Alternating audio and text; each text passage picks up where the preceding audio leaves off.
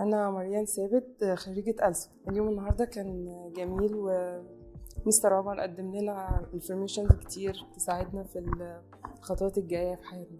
أخدت الطفل عشان أبقى عارفة إزاي أشتغل كويس كتيتشر، أبقى حد مميز في الشغل، مش بطريقة التدريس العادية.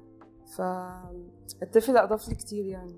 ميس سهام مصطفى كانت حد فليكسبل خالص، فريندلي، هيلبفول. انا استفدت كتير قوي منها، وحسيت ان احنا مش تيتشر وستودنت، لا هي كانت حد از فريند، يعني بنتعامل مع بعض، كان في جو اتموسفير حلو قوي. اكيد الفيدباك كنا بنستفيد منها، وهي فعلا كانت بتسبوت الويكنس بوينت قوي يعني، وكانت بتعرف ان هي تشجعنا، وكنا بناخد الموضوع كان بيفيدنا. طبعا كنتش بزعل خالص لو في فيدباك، بالعكس كنت بستفيد منه واحاول ان انا اشتغل عليه. انا استفدت كتير، واحب لو حد هياخد الخطوه يعني go for it.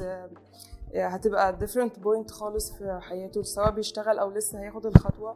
هي فعلا هتضيف له كتير وهتفرق معاه. وانا اختلفت كتير في تفكيري كتيتشر، وفي طريقه التدريس.